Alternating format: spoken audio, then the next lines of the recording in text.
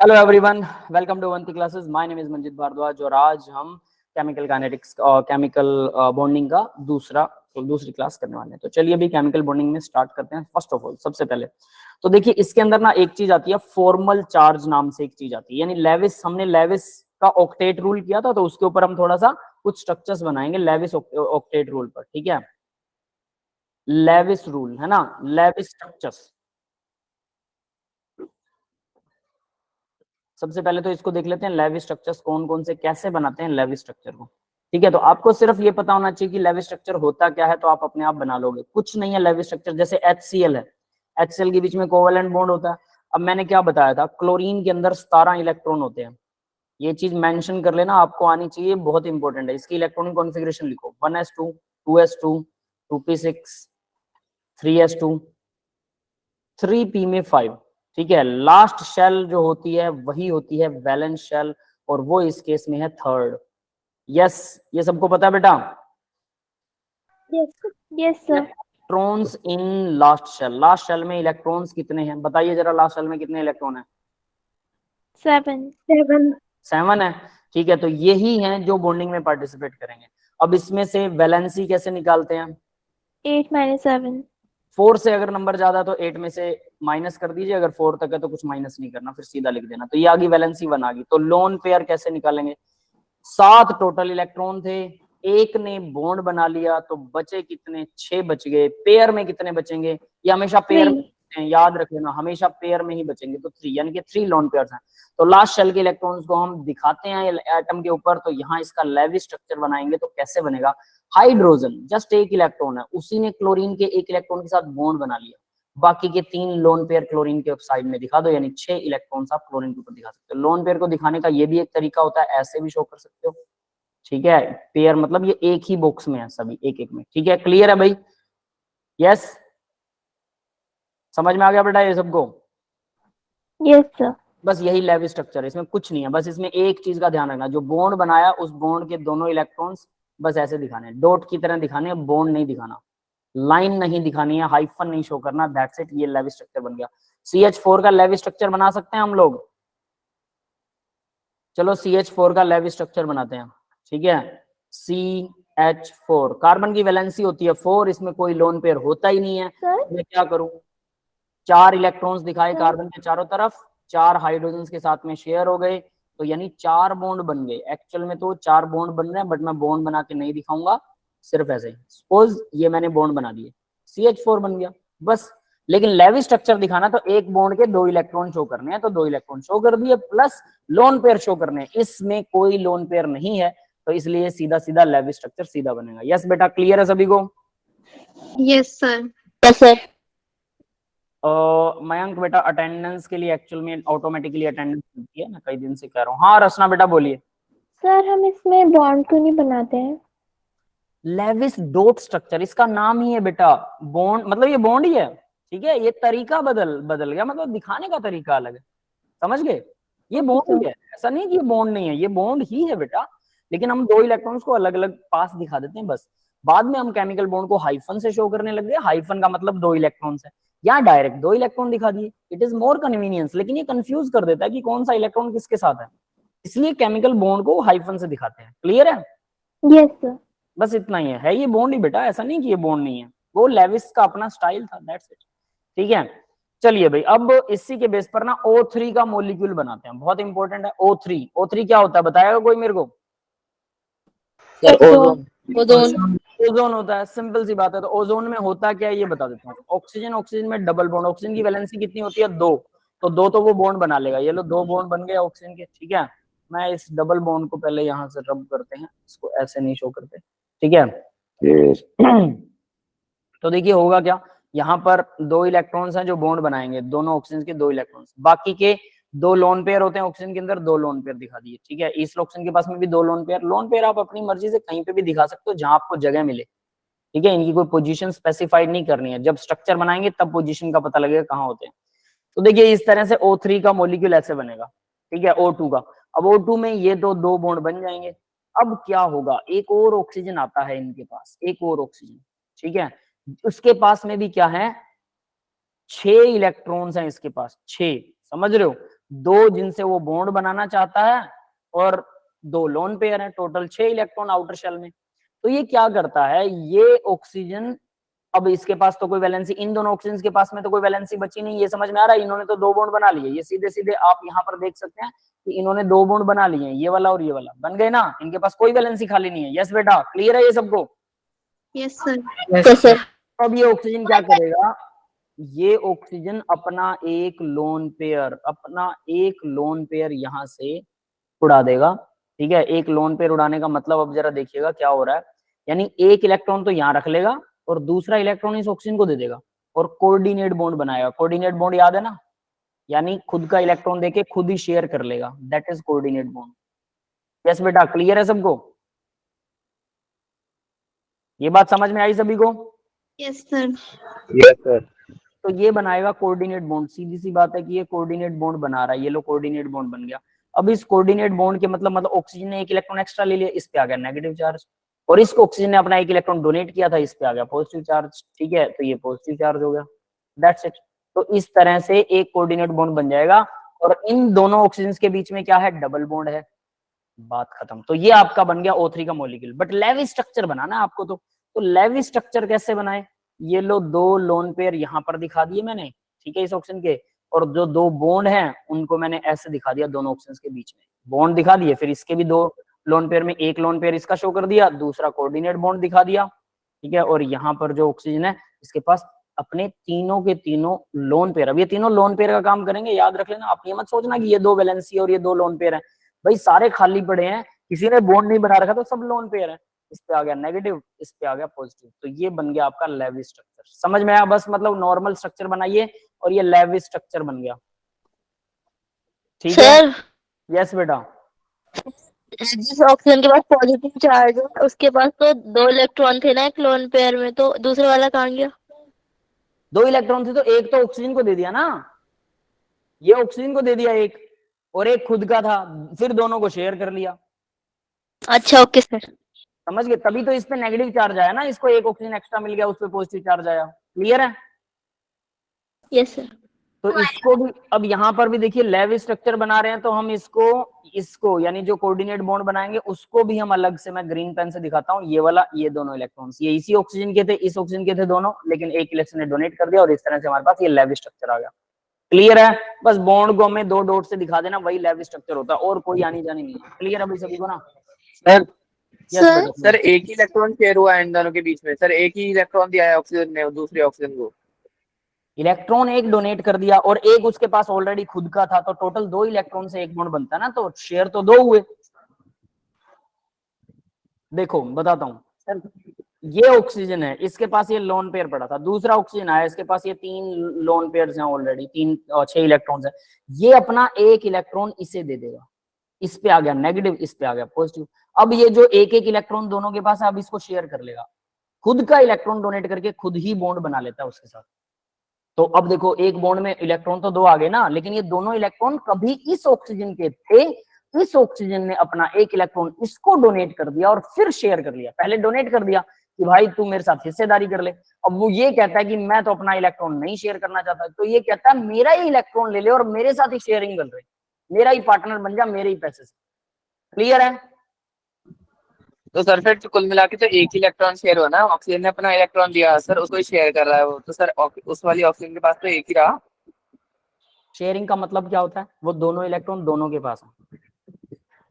समझ गए? देखिए कैसे, ये ऑक्सीजन है, मान लीजिए इसने अपना एक इलेक्ट्रॉन इसको दिया था, इस ऑक्सीजन को इसने ऐसे डोनेट किया, तो अब होगा क्या, ये जो दोनों इलेक्ट्रॉन्स है ना, ये दोनों इलेक्ट्रॉन्स दोनों ऑक्सीजन के पास है, ये इसके पास भी है, इसके पास भी है, तो शेयरिंग में तो अब ये दोनों इलेक्ट्रॉन दोनों ऑक्सीजन के हैं, बट एक्चुअल में पहले ये सिर्फ एक ही ऑक्सीजन के थे, इसके थे पहले, समझ में आया? लेकिन बाद में अब ये दोनों के हो गए। दोनों के होने का मतलब है कि जनरली शेयरिंग में क्या होता है, ये हाइड्रोजन है, ये दूसरा हाइड्रोजन है, दोनों अपने अपने इलेक्ट्रॉन एक दूसरे के साथ शेयर करते हैं, यानी दोनों का एक एक इलेक्ट्रॉन था, बराबर की हिस्सेदारी, वो होता है कोवेलेंट बॉन्ड। लेकिन इस केस में क्या हो रहा है, हिस्सेदारी बराबर की नहीं है, हिस्सेदारी ये वाला ऑक्सीजन की है, दोनों इलेक्ट्रॉन इस ऑक्सीजन के हैं, बट बाद में दोनों ने इकट्ठे शेयर कर ली, मतलब शेयरिंग तो उसी लेवल पर होगी जैसे पहले होती है। ठीक है, दोनों इलेक्ट्रॉन दोनों के पास रहेंगे, इसके पास भी उसके पास भी। क्लियर है?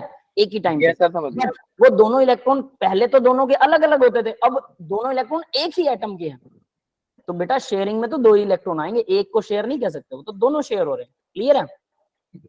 Yes sir. इसे सर? बोलने में आप दो समझ लीजिए, बट अपने हिसाब से आप समझ लीजिए एक इलेक्ट्रॉन डोनेट किया, एक शेयर किया, ऐसे कर सकते हैं। वो समझने की मीनिंग है, लेकिन बोला जाएगा कि लोन पेयर उसने डोनेट किया तो दो इलेक्ट्रॉन शेयर हो रहे हैं आपस में। हाँ बेटा रचना बोलिए। Sir O3 cyclic covalent bond भी तो बना सकता था।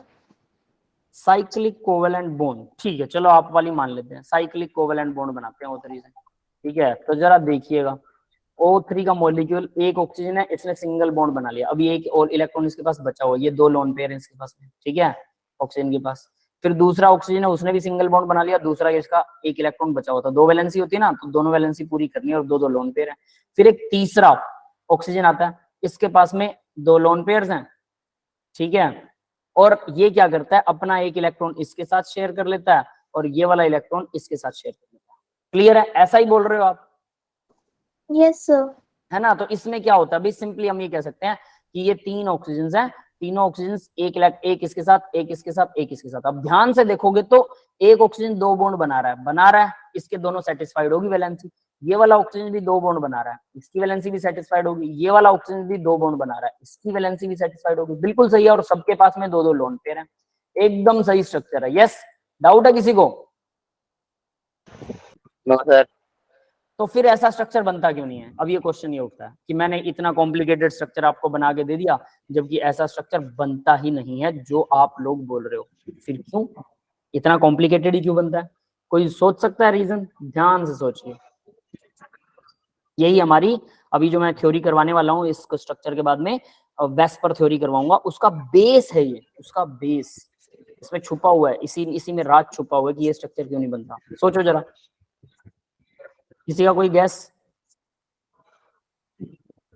नहीं है? कोई गैस भी नहीं है किसी का? अरे तुक्का लगा दो। सर क्या पता एनर्जी, सर क्या पता एनर्जी वो हो रही, सर एनर्जी कम पड़ रही हो सिस्टम की, सर से वो सीधा एक ऑक्सीजन से जाके छीन रहा है।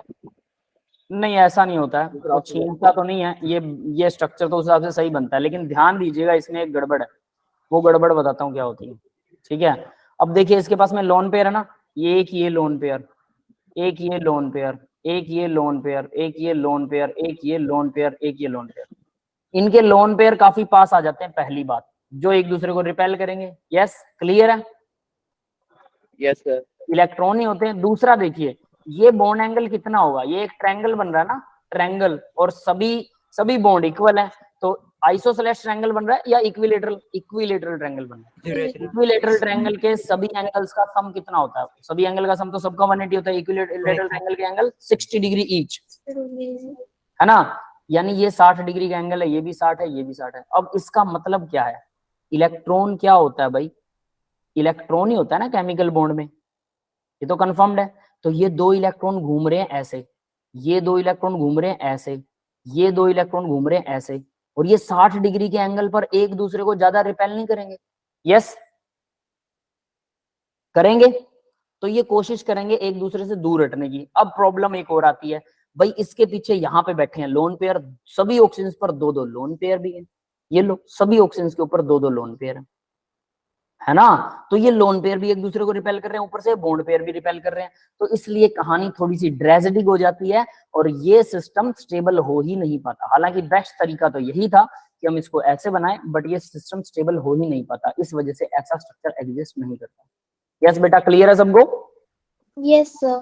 ये सिस्टम स्टेबल नहीं हो पाता क्योंकि बहुत ज्यादा पास आ जाते हैं। बेशक वैलेंसी हम पूरी कर रहे हैं, लेकिन भाई अंदर के स्ट्रक्चर में तो खलबली मची पड़ी है, वो तो बहुत ज्यादा टाइट हो चुका उनका शेड्यूल, इलेक्ट्रॉन बहुत ज्यादा पास आ चुके हैं, इसलिए जो रिपल्शन है बहुत ज्यादा बढ़ जाता है, इसलिए ये स्ट्रक्चर बनता ही नहीं है। टूटना तो दूर की बात है, बनता ही नहीं है। ठीक है, क्लियर हो गया सबको? तो ये बात अब आपको समझ में आई होगी कि लोन पेयर और बॉन्ड पेयर का मतलब जो केमिकल बॉन्ड बनाते हैं, लोन पेयर का मतलब जो अकेले इलेक्ट्रॉन है जो बॉन्डिंग में पार्टिसिपेट तो करते हैं बट केमिकल बॉन्ड नहीं बनाते, वो स्ट्रक्चर को इफेक्ट करते हैं। तो ये जो लोन पेयर है ये स्ट्रक्चर को इफेक्ट करते हैं, जिसकी वजह से O3 का मॉलिक्यूल ट्रायंगुलर शेप में नहीं बना पाता स्ट्रक्चर। ठीक है, तो वो फिर कोऑर्डिनेट बॉन्ड के थ्रू स्ट्रक्चर बनाता है और बहुत स्टेबल स्ट्रक्चर बनाता है O3। हालांकि ये भी इतना स्टेबल नहीं है, आपको पता होगा O3 का मॉलिक्यूल अर्थ के ऊपर स्टेबल नहीं होता, पता है ना, वो सिर्फ आसमान में स्टेबल होता है, सनलाइट में। Yes sir. अर्थ पर यहाँ पर अगर O3 को छोड़ देते हैं वो O2 में कन्वर्ट हो जाएगा। O3 किस में टूटता पता है? नीचे धरती पर, यहाँ ये O2 प्लस एक ऑक्सीजन का एटम, एक अकेला एटम ऑक्सीजन का। अब ये अकेला एटम जो होता है ना, इसके पास में 2 लोन पेयर होते हैं और 2 वैलेंसी खाली होती है। तो ये अकेला एटम बहुत ज्यादा अनस्टेबल होता है, अनस्टेबल, बहुत ही ज्यादा। क्लियर है ये बात? इसको बोलते हैं नेसेंट ऑक्सीजन। नेसेंट तो क्या तुम ये सोच रही हो कि जब तुम्हारा मन करेगा तुमसे वापस ले लूंगी? क्या बेटा? मेरा मन ही नहीं करेगा, मैंने अपना भी प्रॉफिट सोच लिया ना, मैं उसे ये कहूंगी तू 1500 अरे बेटा, फिक्स ले मुझसे, जब तक शिवांगी बेटा क्या कह रहे हो, जरा ध्यान से दोबारा बताइए। मैं तुझे फिक्स 1500 दूं। ओके ठीक है, तो देखिए जरा, नेसेंट ऑक्सीजन, इसको बोलते हैं नेसेंट। नेसेंट का मतलब अकेली ऑक्सीजन है। अब आपको पता है अकेला ऑक्सीजन का एटम जिसकी 2 वैलेंसी खाली है, तो ये हाईली अनस्टेबल होता है। भाई ये चाहता है कि मैं तो 2 बॉन्ड बनाना चाहता हूँ, ऑक्सीजन का एटम ये बिना बॉन्ड बनाए नहीं रह सकता, तो इसलिए ये अनस्टेबल होता है। इसलिए इसे पैरेंथेसिस ब्रैकेट में, स्क्वायर ब्रैकेट में दिखाया जाता है। क्लियर है बेटा? सर इसका क्या होता है फिर?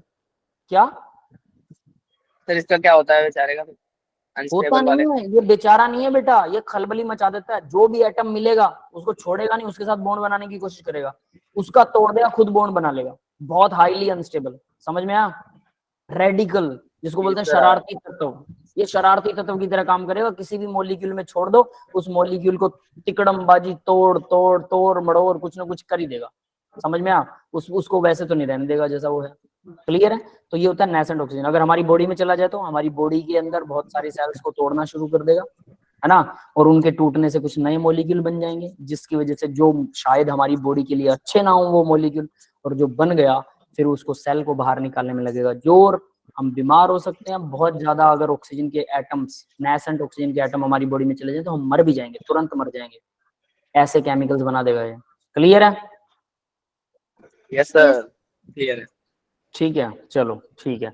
तो ये नेसेंट ऑक्सीजन बनता है, तो ये अनस्टेबल होता है, अर्थ के ऊपर ऐसा होता है। लेकिन जब अल्ट्रावायलेट रेडिएशन पड़ती है ना, यूवी रेडिएशन, यूवी, तो उल्टी रिएक्शन होती है, ये दोनों ये बना देते हैं। ठीक है, तो वो सनलाइट के अंदर, और कमाल की बात देखिए क्या होता है, हम कहते हैं ना कि O3 ओजोन की लेयर है अर्थ के चारों तरफ, ओजोन की लेयर होती है। तो अर्थ, मान लीजिए ये अर्थ है और इसके चारों तरफ हमें बचाने के लिए ओजोन की लेयर है, ये ओजोन की लेयर है। सनलाइट आती है, ओजोन की लेयर रिफ्लेक्ट कर देती है, आती है रिफ्लेक्ट कर देती है, आती है रिफ्लेक्ट कर देती है।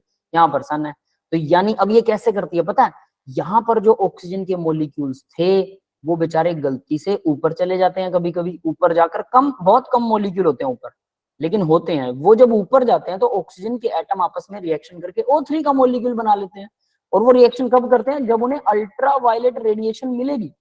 यानी अल्ट्रावायलेट रेडिएशन जो है वो खुद बनाती है O3, पहले तो बना देती है, और फिर बनाने के बाद अब उसको पार नहीं कर पाती तो वो उनसे टकरा के रिफ्लेक्ट हो जाती है, वो दूर वापस चली जाती है, जिससे हम लोग बच जाते हैं। वरना अगर ये नीचे आ जाए और सारी अल्ट्रावायलेट, जो हमारी ओजोन लेयर है अर्थ की, अगर वो सारी की सारी खत्म हो जाए तो हमें, मतलब सभी लोगों को 1 साल के अंदर अंदर, जितने भी एनिमल्स हैं जो हमारे जैसे हैं, इंसान हैं, उन सबको तो कैंसर पक्का है। 1 साल के अंदर अंदर सारी दुनिया को कैंसर हो जाएगा, कोई नहीं बच पाएगा। अब जरा सोचो अल्ट्रावायलेट रेडिएशन कितनी खतरनाक है।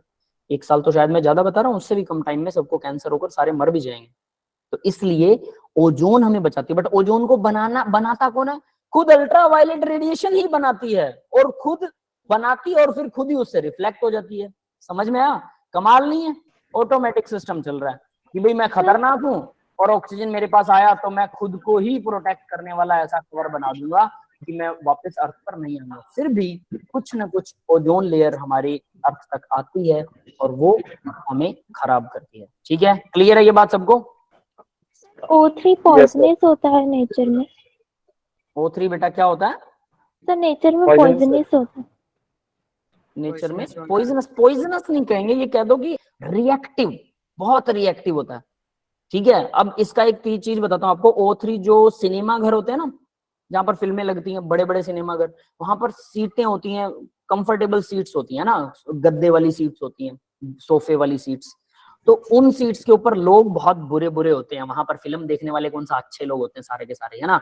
वो आते हैं, किसी को जुकाम लगा हुआ है, वो अपना नाक पोंछ के चला जाता है, कोई वहां पे जाते जाते थूक के चला जाता है। उस गधे को ये नहीं पता होता कि तू इस सीट पे थूक रहा है, इस तेरे से पहले तेरा कोई बाप आया था, वो यहाँ पर थूक के गया था, तो तू जिस सीट पे बैठा था पहले से उस पर किसी ने थूक रखा था। कोई गंदे हाथ पहुंच देता है, खाना पीना वहां पर खाते हैं लोग, है ना, मतलब बहुत गंद मचा देते हैं। अब उसको कौन साफ करे रोज की रोज, है ना। तो धीरे धीरे क्या होता है, उसमें बैक्टीरिया पैदा हो जाते हैं।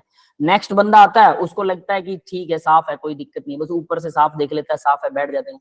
तो धीरे धीरे उसमें बैक्टीरिया पनप जाते हैं। वो बैक्टीरिया ऑर्गेनिक मटेरियल को खाते हैं। कोई खाना फंस गया, कोई खाना इधर उधर थूक दिया किसी ने, हमारी बॉडी से जो म्यूकस निकलता है नोज से, वो भी ऑर्गेनिक मटेरियल होता है, उसको बैक्टीरिया खाता है, बीमारियां फैलती, फिर स्मेल आने लग जाती, गंदी स्मेल हो जाती पूरे हॉल में। उस स्मेल से बचने के लिए O3 के मॉलिक्यूल को, यानी ओजोन को वहां पर छिड़का जाता है। ओजोन वहां पर डाल दी जाती है और कुछ टाइम के लिए, 1 घंटे 2 घंटे के लिए उसको बंद कर दिया जाता है होल को, जिससे क्या होता है, ओजोन सारे बैक्टीरिया को मार डालती है, समझ गए। और जितनी भी स्मेल वाले मॉलिक्यूल बनते हैं उनको भी तोड़ देती है, तिकड़मबाजी कर देती है, ठीक है। उसके बाद में होल को खोल के ओपन करके, क्योंकि सारी ओजोन फिर तब तक रिएक्शन कर चुकी होती है, उसको ओपन करके फैन वगैरह चला के उसको वेंटिलेट कर देते हैं, तो सारी हवा, वो जो भी हल्का फुल्का को मॉलिक्यूल होगा बाहर चला जाएगा, उसमें जो स्मेल थी वो मिट जाएगी, सिर्फ स्मेल को खत्म कर दिया जाता है। क्लियर है, ये बात समझ में आ गई सभी को? Yes sir. ऐसे ओजोन का यूज यस सर। ठीक है। चलिए अब आगे बढ़ते हैं बेटा। तो यानी ओजोन भी कोई स्टेबल वो है नहीं। अब देखो भाई, मैं वेस्पर थ्योरी करवा रहा हूँ, वेस्पर थ्योरी, ध्यान दे लेना। वैलेंस बहुत इंपॉर्टेंट है, इसको मार्क कर लेना। जो भी चीज इसमें लिखवाऊंगा अभी, सभी लोग नोटबुक और पेन ले लेना। और इसके अंदर मैं लिखवाने वाला कम पार्ट हूं, ठीक है, लेकिन डायग्राम बनवाऊंगा, वो डायग्राम बहुत जरूरी, वो आ गए तो समझ लेना कि आपको ये वेस्पर थ्योरी आ गई। Valence shell electron, valence shell electron pair repulsion,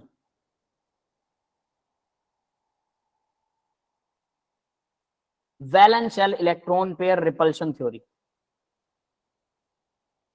shortcut में बोलते हैं वेस्पर थ्योरी। VSE वैसे, VR वैसे पर। यस बेटा, समझ में आ गया, valence shell electron pair repulsion वैसे पर। क्लियर है सभी को? वेस्पर थ्योरी, ये शॉर्टकट वेस्पर बोलते हैं, valence shell electron pair repulsion. Valence shell क्या होती है? Last shell. लास्ट शेल में जो इलेक्ट्रॉन्स होते हैं वो अगर पेयर में हो जाएं, अब पेयर में कब होंगे? अगर वो पेयर में, तो क्या करेगा वो, केमिकल बॉन्ड ही नहीं बनाएगा, ठीक है। तो यानी जो लोन पेयर होते हैं वो तो हमेशा पेयर में होते हैं, जो बॉन्ड पेयर होते हैं, जो वैलेंसी होती है, वही लोग बॉन्ड बनाते हैं। जब बॉन्ड बन जाता है केमिकल, तो वो भी पेयर में हो जाते हैं, यानी कि बॉन्ड पेयर बनेगा और लोन पेयर बनेगा, दो तरह की चीजें बनेगी किसी मॉलिक्यूल में। यस, क्लियर है सबको? एक बॉन्ड पेयर, एक लोन पेयर। यस। तो ये लोन पेयर और बॉन्ड पेयर एक दूसरे को रिपेल करते हैं।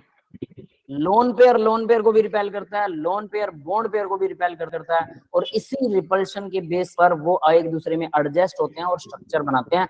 मैक्सिमम डिस्टेंस, ठीक है, मिनिमम रिपल्शन, मैक्सिमम स्टेबिलिटी। तो इसके बस 2-3 ही पॉइंट है। पहला पॉइंट, लोन पेयर, अब देखिएगा जरा, lone pair and lone pair, lone pair एक दूसरे को सबसे ज्यादा रिपेल करते हैं, सबसे ज्यादा। फिर बॉन्ड पेयर और बॉन्ड पे सॉरी लोन पेयर और बॉन्ड पेयर, ये आपस में एक दूसरे को रिपेल करते हैं। उसके बाद में बॉन्ड पेयर और bond pair, bond pair, bond pair, ये सबसे कम रिपेल करते हैं, ठीक है। यानी कि एक लोन पेयर और दूसरा लोन पेयर, ये दोनों लोन पेयर सेम एटम में होते हैं। जैसे एग्जांपल देता हूं, HCl का मॉलिक्यूल लगा लीजिए, ठीक है, HCl, क्लियर है। तो HCl के मॉलिक्यूल के अंदर हमें पता है 3 लोन पेयर होते हैं क्लोरीन में। तो ये तीनों लोन पेयर जो हैं, ये एक दूसरे को रिपेल करेंगे, एक दूसरे को जीने नहीं देंगे, ये एक दूसरे के पास नहीं फटकने देंगे, यानी मैक्सिमम डिस्टेंस होना चाहिए तीनों में। और ये जो बीच, फिर ये आ गया बॉन्ड पेयर, ये है बॉन्ड पेयर। यस बेटा, समझ में आया बॉन्ड पेयर क्या होता है? ये लोन पेयर है, तो लोन पेयर, अब देखना जरा, ये लोन पेयर और ये दूसरा लोन पेयर, ये दोनों एक दूसरे को रिपेल कर रहे हैं, तीसरे वाला भी रिपेल कर रहा है। ये चाहेंगे कि मैक्सिमम डिस्टेंस हो जाए हमारे अंदर, ताकि हम एक दूसरे से मिनिमम रिपल्शन करें और मैक्सिमम स्टेबल हो जाए। यही है वेस्पर थ्योरी, बस और कुछ नहीं है। यस बेटा, समझ में आ गए? यस सर, आ गई। बस यही मेन पोस्टुलेट है इसका, वेस्पर थ्योरी का। तो ये लोन पेयर एक दूसरे को रिपेल करते हैं। तो रिपल्शन का मैंने ऑर्डर लिख रखा है, ठीक है, इसमें सबसे ज्यादा रिपल्शन होती है। नेक्स्ट पॉइंट देखिए, ये चाहते हैं मैक्सिमम डिस्टेंस चाहते हैं सभी, लोन पेयर बॉन्ड पेयर या लोन पेयर बॉन्ड पेयर, सभी एक दूसरे से सभी मैक्सिमम डिस्टेंस चाहते हैं। मैक्सिमम डिस्टेंस, तो मैक्सिमम डिस्टेंस होगा तो मिनिमम रिपल्शन होगी, है ना, मिनिमम रिपल्शन।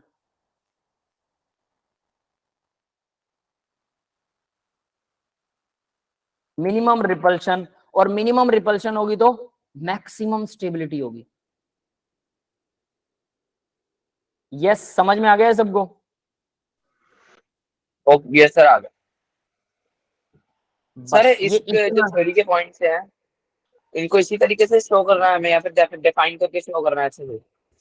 बेटा आप एक लाइन लिख सकते हो इसके साथ, मैंने वो आप लाइन बोल दी कि लोन पेयर बॉन्ड पेयर और बॉन्ड पेयर जो है वो इस ऑर्डर में एक दूसरे को रिपेल करते हैं। The order of the repulsion in between the lone pair is maximum, lone pair is less than lone pair and bond pair is minimum repulsion. Clear है? यस सर, ऐसा क्लियर कुछ है। बना यस सर। मैंने उसको बिल्कुल short में लिखा है ताकि आपको मेन चीज सीधी समझ में आई। वो कहानी बनाने वाली तो बात तो आप पूरा पैराग्राफ लिख दो इसके ऊपर, जो मैंने अभी बोला है वो डायरेक्ट लिख सकते हो, ठीक है, उसमें कोई दिक्कत है ही नहीं। क्लियर है? अब मैक्सिमम डिस्टेंस होना चाहिए, मिनिमम, तो इसके बेस पर अब बनते हैं स्ट्रक्चर। अब हम सीधा स्ट्रक्चर करेंगे, इसके फालतू के बाकी के चीजें नहीं करने वाले, तो इसके स्ट्रक्चर देखिए क्या, ठीक है। अब देखिए भाई, इसके बेस पर स्ट्रक्चर बनते हैं और यहां पर आप लोग अपनी कमर कस लीजिए, अपने लिए एक फटाफट नोटबुक और पेन उठा लो और स्ट्रक्चर बनाना शुरू कर दो। और ये याद होने चाहिए अभी, राइट नाउ, अभी याद होने चाहिए, ठीक है। पहला स्ट्रक्चर देखिए, अकॉर्डिंग टू वेस्पर थ्योरी के बेस पर स्ट्रक्चर में दो चीजें आती हैं, ये याद रखना, एक होती है ज्योमेट्री, एक होता है स्ट्रक्चर। ज्योमेट्री वो होती है जिसमें लोन पेयर काउंट होता है, स्ट्रक्चर वो होता है जिसमें लोन पेयर काउंट नहीं होता। ये बात समझ में आ गई सबको?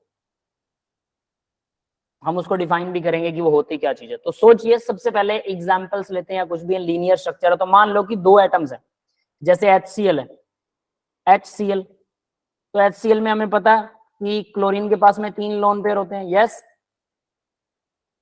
तो ये तीनों एक दूसरे को कितना भी रिपेल कर दें, ये लीनियर होगा, ऑलवेज लीनियर। 2 एटम्स, 2 एटम हैं जो स्ट्रक्चर बना रहे हैं, है ना, always linear, always linear structure बनाएंगे। लीनियर का मतलब एक लाइन में। यस, ये सबको समझ में आ रहा है? यस सर, आ रहा है।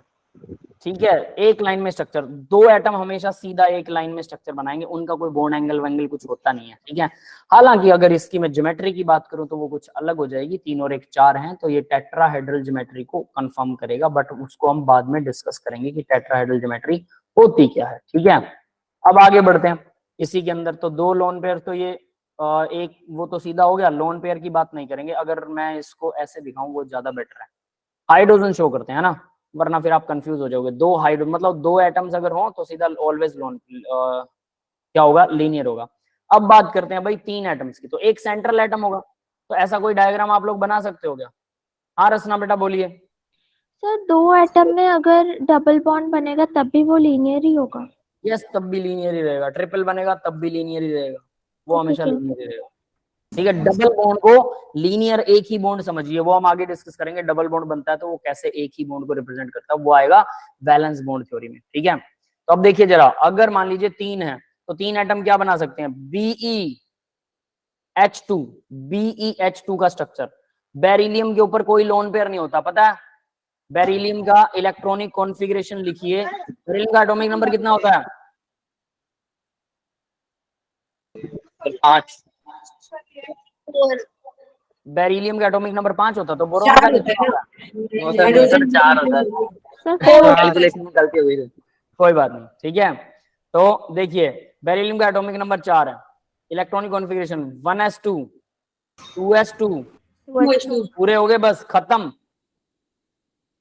है ना। हाँ सर। अब देखिए इसको Yes. बोलते हैं एक्साइटेड स्टेट, यानी कि जब इसको, अब ये बात ध्यान से सुनना, जब बेरिलियम को हाइड्रोजन अप्रोच करता है, हाइड्रोजन इसके पास आता है, तो वो इसे एक्साइट कर देता है, इसके इलेक्ट्रॉन की कॉन्फ़िगरेशन को एक्साइट कर देता है। तो हमने जो इलेक्ट्रॉनिक कॉन्फ़िगरेशन लिखी है नॉर्मल होती है, तो एक्साइटेड इलेक्ट्रॉनिक कॉन्फ़िगरेशन कैसे आएगी, 1s2, सेकंड शेल शुरू हो गई ना, लास्ट शेल सेकंड शेल है, सेकंड शेल में 2 इलेक्ट्रॉन है, तो हम लास्ट शेल को एक्सपेंड करेंगे, 2s, 2p भी होता है सेकंड में, होता है कि नहीं होता, 2pz, ये सारे ऑर्बिटल सेकंड में एग्जिस्ट करते हैं, यस और not. Yes, sir. Yes, sir. तो 2s का एक इलेक्ट्रॉन 2p में चला जाएगा, बाकियों में 0 0 रहेंगे। अब दोनों में एक एक इलेक्ट्रॉन हो गया, मतलब एक ऑर्बिटल में 2 से ज्यादा इलेक्ट्रॉन आ नहीं सकते हैं। अगर 2 इलेक्ट्रॉन हैं तो वो लोन पेयर का काम करेगा, वो बॉन्ड बनाएगा ही नहीं, क्योंकि 2 इलेक्ट्रॉन है तो तीसरा इलेक्ट्रॉन बॉन्ड के साथ शेयर कैसे हो सकता है भाई, 3 इलेक्ट्रॉन शेयर होकर बॉन्ड नहीं बनाते, 2 इलेक्ट्रॉन शेयर हो सकते हैं मैक्सिमम। तो यहाँ पर अगर पहले से लोन पेयर है तो बॉन्ड तो बन ही नहीं सकता, तो फिर बेरिलियम अकेला बैठा रहे, क्या दिक्कत क्या है इसको। लेकिन क्योंकि इसमें सेकंड शेल होती है, एक एक्साइट होकर आगे चला जाता है, जिसकी वजह से बेरिलियम 2 हाइड्रोजन को शेयर कर लेते, मतलब ये हाइड्रोजन का इलेक्ट्रॉन, ये हाइड्रोजन का, और उधर से वो एक एक इलेक्ट्रॉन बेरिलियम का, इस तरह से BeH2 का मॉलिक्यूल बन जाता है। यस बेटा, क्लियर है सबको। ये इलेक्ट्रॉनिक मेरे साथ साथ लिख लीजिए, बहुत आसानी से समझ में आएगा। इसमें कोई लोन पेयर है क्या, आप बताओ। सेकंड शेल में सारे बॉन्ड बन गए, लोन पेयर तो कोई है ही नहीं, नहीं है ना। ये 0 0 है, याद रख लेना, ये 0 0 है। तो अब जरा हम इसका स्ट्रक्चर बनाते हैं। स्ट्रक्चर कैसा बनना चाहिए, तो बेरिलियम में अगर मैं ऐसा स्ट्रक्चर बना दूं कि ये हाइड्रोजन यहाँ है, दूसरा हाइड्रोजन यहाँ है, तो ये दोनों एक दूसरे को रिपेल करेंगे कि नहीं करेंगे, करेंगे सर।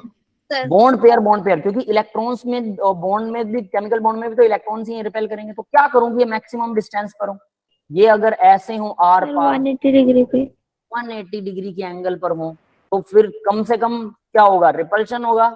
यस, क्लियर है सबको। yes sir. तो यहाँ पर अब मैं बना रहा हूं बेरिलियम का मॉलिक्यूल, जिसके अंदर अब मुझे समझ में आ गया कि इनके बीच में मैक्सिमम डिस्टेंस 180 का होना चाहिए, ठीक है। तो बॉन्ड एंगल हो गया 180, और इस ज्योमेट्री को क्या नाम देते हैं, ज्योमेट्री और स्ट्रक्चर दोनों के दोनों क्या है, इसका स्ट्रक्चर लीनियर रहेगा। लीनियर का मतलब एक लाइन में, सीध में। यस बेटा, समझ में आ गया, स्ट्रक्चर समझ में आ गया सबको, एग्जाम्पल भी समझ में आ गया होगा, स्ट्रक्चर भी समझ में आ गया होगा, सीधा सा याद कर लीजिए, और अगर कुछ भी है तो याद होना चाहिए। तीसरा स्ट्रक्चर बनाते हैं जरा। अभी तक मैं बिना लोन पेयर वाले मॉलिक्यूल ही ले रहा हूं, बिना लोन पेयर वाले, ठीक है, क्लियर है सबको। तीसरा स्ट्रक्चर बनाते हैं AlCl3 का। अब देखो ये मॉलिक्यूल ना आपको याद रखने पड़ेंगे, ऐसा नहीं है कि मतलब आपको स्ट्रक्चर आ गए तो मॉलिक्यूल का या डायग्राम आपको याद नहीं रखना पड़ेगा, वो याद रखना ही पड़ेगा, ठीक है, क्योंकि एग्जाम्पल तो याद रखना ही पड़ेगा। तो AlCl3 को हम ले रहे हैं तीसरे स्ट्रक्चर के केस में। तो इसमें एल्यूमिनियम की इलेक्ट्रॉनिक कॉन्फ़िगरेशन लिखता हूँ। एल्यूमिनियम का एटॉमिक नंबर बताओ मेरे को, कितना होता है, 13, है ना। तो देखिए जरा, सर 13 एटॉमिक नंबर है इलेक्ट्रॉनिक, क्या बेटा, 1s2 2s2 ऐसे ही। हाँ, 2p6 3s2 3p में 1, 3p1 होगा सर, है ना। यस, एक्साइटेड स्टेट में देखो, जब एक्साइटेड स्टेट का मतलब क्या है, जब एल्यूमिनियम को क्लोरीन अप्रोच करेगा, क्लोरीन इसके पास आएगा, तो एल्यूमिनियम की इलेक्ट्रॉनिक कॉन्फ़िगरेशन के अंदर जो लास्ट शेल में इलेक्ट्रॉन होते हैं, लास्ट शेल है यहाँ पे थर्ड वाली, थर्ड शेल के इलेक्ट्रॉन एक्साइट हो जाएंगे, एक्साइट होकर वो एक्सपेंडेड बना लेंगे, मतलब एक्सपेंड कर लेंगे अपना ऑक्टेट, इस हिसाब से कह सकते हैं। जो लास्ट शेल है वो एक्सपेंड हो जाएगी, तो 1s2 2s2 2p6, ये तो इफेक्ट ही नहीं होते, अंदर वाली शेल कभी इफेक्ट नहीं होती, ये आपको पता है ना। ओनली इफेक्ट कौन होगा, 3s और 3p, 3p के सारे ऑर्बिटल बना रहा हूं मैं, 3px 3py 3pz। याद रखना ये same structure, same electronic configuration, सब कुछ सेम लिखने वाला हूं VBT में, वैलेंस बॉन्ड थ्योरी में, बस डायग्राम थोड़ा बदल जाएगा, डायग्राम भी वैसा ही रहेगा एक्चुअल में, बस हाइब्रिडाइजेशन का कॉन्सेप्ट आ जाएगा और कुछ नहीं आने वाला, ठीक है। वो क्या होती है वो आपको वहां पर पता लगेगा। तो देखो भाई P में एक था, कोई दिक्कत नहीं है। यहाँ S में अगर एक हो जाए और इधर P में एक चला जाए, ये वाला 2 इलेक्ट्रॉन है, एक इधर आ गया एक इधर आ गया, तो एक्साइट हो गया, इसमें 0 ही रहेंगे। क्लियर है ये बात सबको? तो ये 3 क्लोरीन को जोड़ सकता है। यस बेटा, समझ में आया? Yes sir. तो ये 3 क्लोरीन को जोड़ सकता है। और ये जो बीच जो सेंट्रल एटम होता है ना, इसी का देखते हैं सब कुछ। क्लोरीन के लोन पेयर वगैरह देखने की जरूरत नहीं है, ठीक है। सेंट्रल एटम के लोन पेयर चेक होते हैं हमेशा कि उसमें लोन पेयर है कि नहीं। इसमें कोई लोन पेयर नहीं है, तो 3 एटम है, तो 3 एटम मुझे 3 क्लोरीन जोड़ने हैं। बताओ जरा कैसे जुड़ सकते हैं 3 क्लोरीन? क्या मैं तीनों को ऐसे जोड़ दूं, Cl Cl Cl? ये तो एक दूसरे को बहुत रिपेल करेंगे। No sir. तो फिर कैसे जोड़ें? मैक्सिमम क्या होना चाहिए? डिस्टेंस होना चाहिए, मिनिमम रिपल्शन। तो फैन के 3 पंख देखे हैं सबने? हाँ यस सर सर। देखिए। मैक्सिमम डिस्टेंस होता है, मिनिमम रिपल्शन होगा। तो मैक्सिमम डिस्टेंस तो भाई 3 चीजों में 120 के एंगल पर ही आ सकता है, जो फैन के 3 पंख होते हैं। तो ये भी वही है। सिंपल सिंपल है ना अभी तक? यस सर, सिंपल है। Yes sir. Bond angle Yes, हो sir. गया यहाँ पर Yes, sir. 120 डिग्री, ठीक है। और इस स्ट्रक्चर का नाम क्या होगा? स्ट्रक्चर का नाम हो जाएगा ट्राइएंगुलर। ट्रायंगल है ना ये, ट्राइएंगुलर प्लेनर। प्लेन में है ना, planar. Yes, yes sir. Planar, triangular planar. ये समझ में आ गया अभी सबको? Yes yes sir. Planar, planar, ठीक है, ट्राइएंगुलर प्लेनर। तो ट्राइएंगुलर प्लेनर हो गया इसका स्ट्रक्चर का नाम, अगर 3 चीजें जुड़ी हुई हैं तो। याद रखना अभी तक हम लोन पेयर को इंक्लूड नहीं कर रहे हैं। Lone pair is not included till now. Clear है? अब बात करते Yes, sir. हैं, अब बात करते हैं वही चीज लोन पेयर के साथ। लोन पेयर के साथ वही चीज। तो देखो भाई, लोन पेयर के साथ वही चीज अगर मैं काउंट करना चाहूं, ठीक है, जैसे एग्जांपल ले लेते हैं हम SO2 SO2 का, या O3 का एग्जांपल भी ले सकते हैं जो हमने पहले करा था, लेकिन हम SO2 का एग्जांपल लेंगे। मैं सबसे सिंपलेस्ट एग्जांपल की बात कर रहा हूं और यहां पर लोन पेयर लेने वाला हूं। तो चौथे नंबर पर आएगा SO2, या फिर इसका एग्जांपल O3 हो सकता है, बट हम फिलहाल सिर्फ SO2 को ही लेने वाले हैं, ठीक है। तो चलिए इसमें सल्फर का एटॉमिक नंबर बताइए कितना होता है?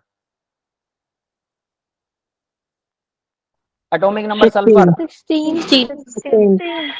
ठीक है। इलेक्ट्रॉनिक कॉन्फ़िगरेशन लिखते हैं 1s2 2s2 2p6 3s2 3p, कितना आएगा भाई? 10 2 12 और 4 16, 3p में 4। एक्साइटेड स्टेट में इलेक्ट्रॉनिक कॉन्फ़िगरेशन लिखेंगे।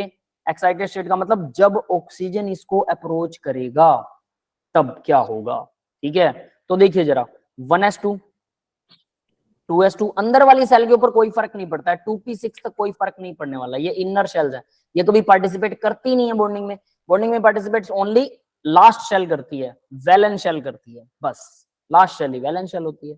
सिंपल। तो यानी कि 3s ये अब पार्टिसिपेट करेगा यहाँ पर 3s, फिर 3p को मैं एक्सपेंड कर दूंगा ताकि मुझे सही तरीके से समझ में आए। 3py 3pz। यस बेटा, सबको समझ में आ रहा है ना? Yes, sir. सेकंड पार्ट है, तो यहाँ पर इसमें 2 इलेक्ट्रॉन्स है, तो मैं पहले इसको 2 रखता हूँ, बाद में इसको सेट करेंगे, ठीक है।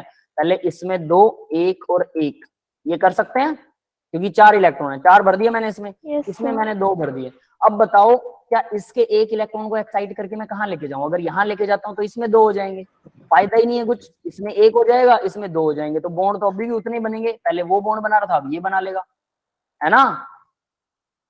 तो एक्साइट करने का कोई फायदा है?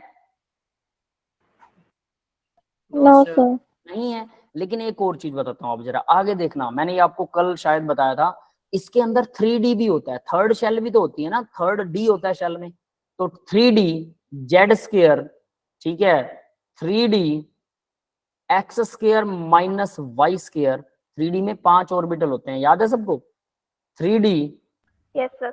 xy, 3D yz और 3D zx, ये 5 ऑर्बिटल होते हैं। इनमें सभी में 0 0 इलेक्ट्रॉन्स हैं। यस, क्लियर है ये सबको? अब देखो मैंने ये बोला कि जब थर्ड शेल शुरू सर। होगी। हाँ बेटा बोलो। सर ये जब N4 हो तब होता है ना 3D? क्या हो? जब N की वैल्यू 4 हो तब 3D होता है ना? लास्ट शेल अगर 4th हो तो 3D होता है, बिल्कुल सही है। वो कब होता है पता है? जब इलेक्ट्रॉनिक कॉन्फ़िगरेशन लिखते हो, ठीक है? तो 4s की एनर्जी, ये भी बताऊंगा अभी आपको, 4s की एनर्जी 3d से कम होती है, इसलिए जो इलेक्ट्रॉन d में जाना चाहिए था वो इलेक्ट्रॉन चला जाता है 4s में। कैसे? अब उसको ध्यान से सुन लेना, अगर वो मिस हुआ है आपसे तो यहां पर अब मैं उसको बना के दिखा रहा हूं, बी केयरफुल अबाउट दैट। ये है न्यूक्लियस, ठीक है? तो ये आ गई 1s सेल, ये आ गई 2s सेल, तो ये ऐसे गोल है बेटा, समझ रहे हो ना? मैं बस इसको सीधा sir. सीधा बना रहा हूं, ठीक है? फिर ये आ गई 2p cell, 2px, 2py, 2pz, है ना? ये 2px है, 2py है यहीं पर, क्योंकि इनकी एनर्जी सेम होती है तो मैं इनकी एनर्जी सेम के हिसाब से बना रहा हूँ। 2pz है, यहीं भी बन जाएंगी तीनों, है ना? तो 2p अकेला लिख देते हैं, चलो इसको एक्सपेंड करने की जरूरत नहीं है। फिर आएगा 3s सब शेल, फिर आएगा 3p, फिर आएगा 3d। अब यहाँ 4s नहीं आ रहा, पता है क्यों? भाई थर्ड शेल तो तीसरे नंबर पर ही रहेगी ना, थर्ड शेल 4s तो यहाँ आएगा। ये बात समझ में आई सबको? न्यूक्लियस से शुरू करेंगे तो क्लियर नहीं हुआ। देखो बेटा, न्यूक्लियस से शुरू कर रहे हैं तो चौथी शेल तो चौथे नंबर पे होती है न्यूक्लियस में, फिर हम 4s को पहले क्यों लिखते हैं? अब ये मिथ ना दिमाग में घुस जाता है। मैंने बोला n+l रूल लगता है जब इलेक्ट्रॉनिक कॉन्फ़िगरेशन लिखते हैं, मतलब जब आप इन शेल को भरना शुरू करोगे तो ध्यान देना, 1s में 2, 2s में 2, 2p में 6, 3s में 2, 3p में 6, फिर इसके बाद जब इलेक्ट्रॉन आता है तो हम 3d में नहीं भरते, क्यों? इसकी एनर्जी ज्यादा होती है 4s से भी, तो 4s में 1 आएगा, फिर 4s में 2 आएंगे, फिर उसके बाद 3d में 1, 2, 3, 4 ऐसे आएंगे। मतलब पहले 4s भर जाती है, होती तो वो चौथे नंबर पर ही है। ये बात समझ में आ रही है सबको? Yes sir. आंसर आ रही है। होती तो वो चौथे नंबर आगे, पर आगे। ही है, लेकिन भरती वो पहले है। क्यों? क्योंकि उसकी एनर्जी कम होती है। एनर्जी कम का मतलब ये नहीं कि वो न्यूक्लियस के पास होती है, दैट्स नॉट द ट्रू। वो होती तो न्यूक्लियस से दूर ही है।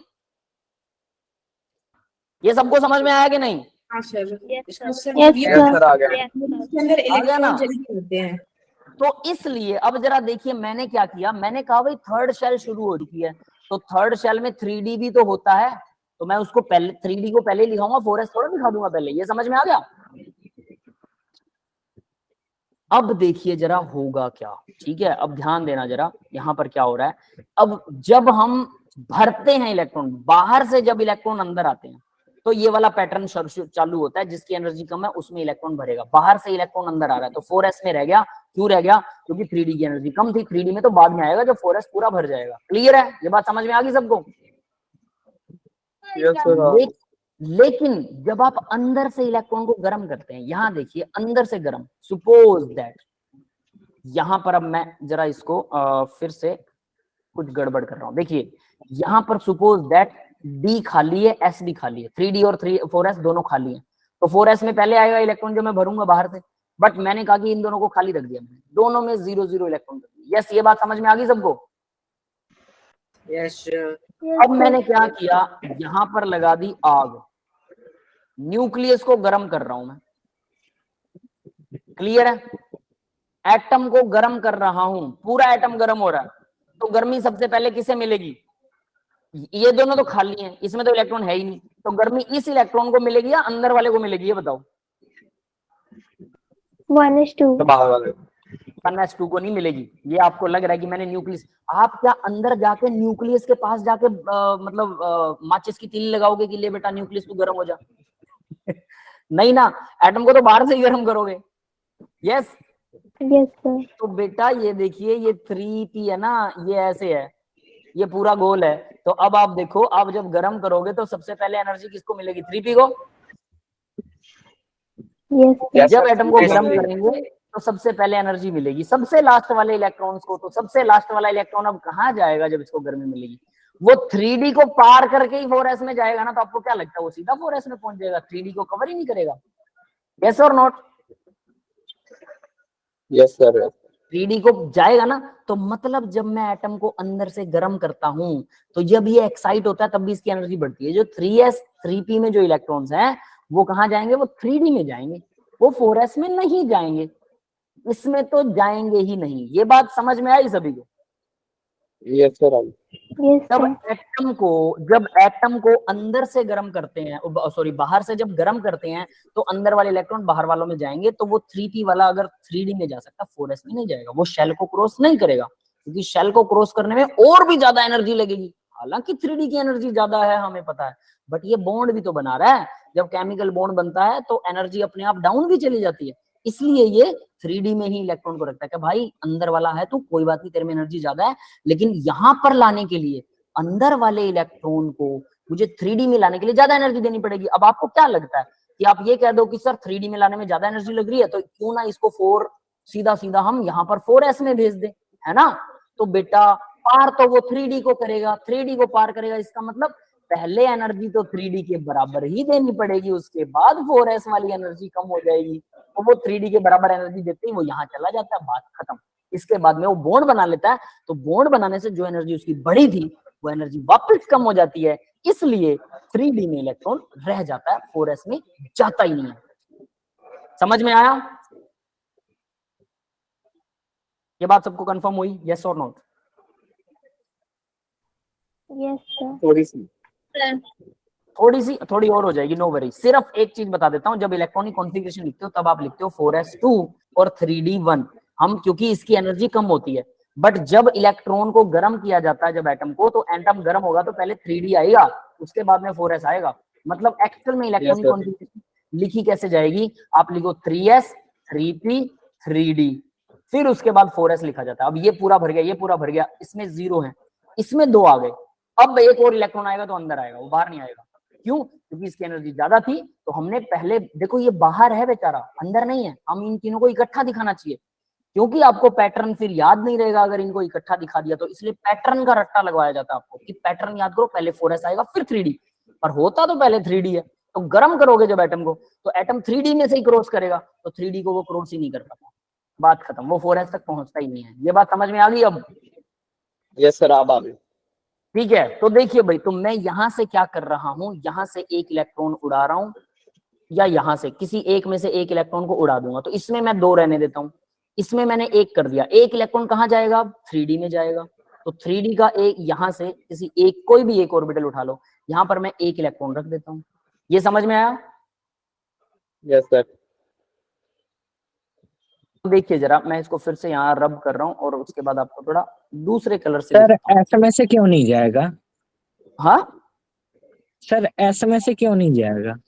एस में से क्यों नहीं जाएगा? एस और भी अंदर है, सबसे पहले तो पी वाला जाएगा, सबसे बाहर तो पी है ना, सबसे पहले वो जाएगा, फिर एस वाला भी चला जाएगा, नो वरी। तो देखिए ये वाला सर एटम, इसमें ये हो गया ना कि जो शेल जितना बाहर होगा सबसे पहले उसके अंदर होगा, उसके बाद धीरे धीरे अंदर वालों में होगा। हाँ वो बाहर जाएगा अंदर वाला। तो देखो ये क्या था, यहाँ पर 2 थे इलेक्ट्रॉन, यहाँ पर अब मैंने क्या किया, 1 कर दिया, और यहाँ एक एक्स्ट्रा इलेक्ट्रॉन आ गया 3d में। तो अब देखो इसकी वैलेंसी कितनी होगी, 1 इलेक्ट्रॉन ये रहा, 1 इलेक्ट्रॉन ये रहा, 1 इलेक्ट्रॉन ये रहा, 1 इलेक्ट्रॉन ये 4 बॉन्ड बना सकता है।